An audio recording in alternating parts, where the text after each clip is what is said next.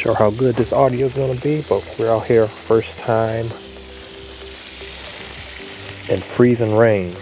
We were never supposed to be camping in this type of weather, so we're not prepared. So for right now, you might hear some water in the background, and that's because I have one side of this spigot open to try to make sure that this spigot doesn't freeze. Checking to see if I can dump my gray tank. It appears to be frozen. See how I can get that loosened so I can dump my gray tank. That fills up first. And I'll fill it up my freshwater tank just in case. I have most of my water line inside of my wet bay to try to cut down on help it stop from freezing also.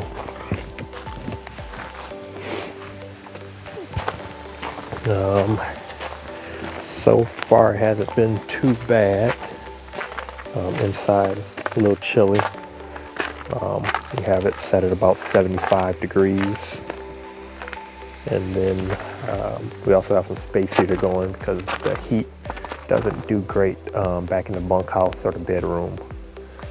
But we have the propane heat going that's supplied to keep the underbelly warm. The underbelly is the bottom side of the camper, and that's where all our water hoses, our water lines are there, a freshwater tank, a gray water tank.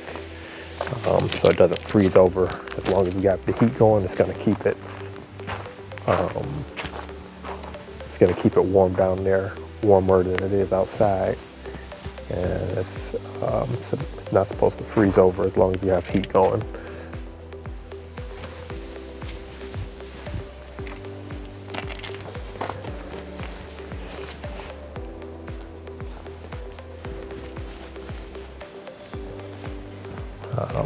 It comes equipped with two 20-pound propane tanks. According to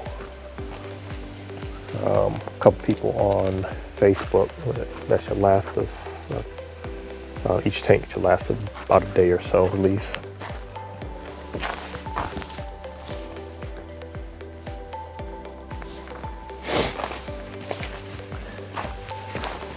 Let's see if I can get you guys up to the Starlink up here.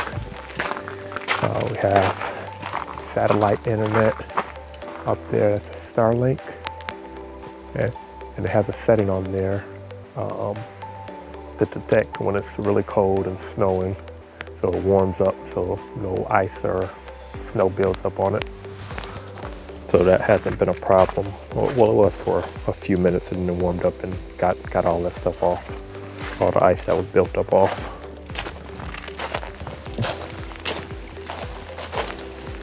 Got a pretty good spot here. We don't have any neighbors right now. Well, we have one neighbor, but we don't have a neighbor directly next to us.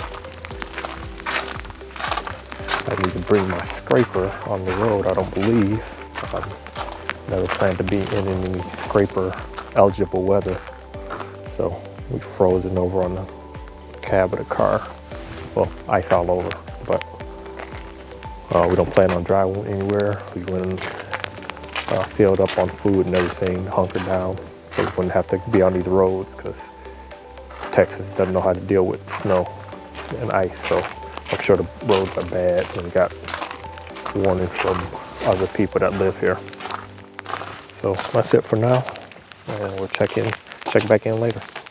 5 minutes later. So, it started raining again. It's been ice rain for a day or so now. Doing all the stuff that we didn't want to do, being cold weather. So we had to deal with frozen pull-out for our tanks to be able to dump our tanks. And now this pedestal here that supplies our power has been really a problem since we got here, but now it's not working at all. So we're gonna have to move spots It's a 30 amp anyway, so we weren't able to run everything. But last night it started giving out, not supplying enough power. And that's an issue here at this site, at this campground. They've been replacing some of them, and I guess this is one they haven't replaced yet. This was a nice spot. Just gotta move. Oh, next door, almost there.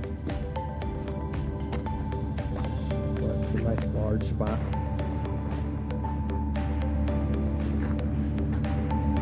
But doesn't work for us, so we gotta move.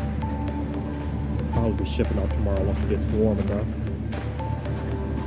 Car start chipping at the ice. I didn't bring a scraper because we didn't plan to be in this type of weather, so got to do it by hand. And maybe with some, I don't know, figure out the way to get this rest of this ice off. We'll be moving to the site next door. It is a 50 amp. Hopefully they won't charge us for it since we've been having so many issues. But that's our update for now.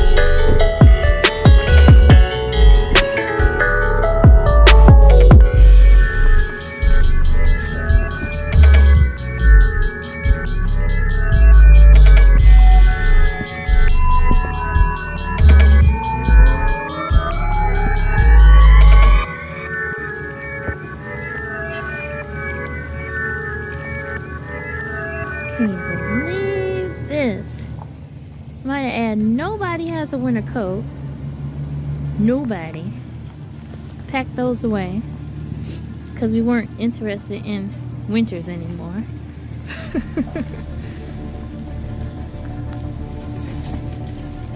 Oh my word. He ain't gonna even pull up the steps, huh?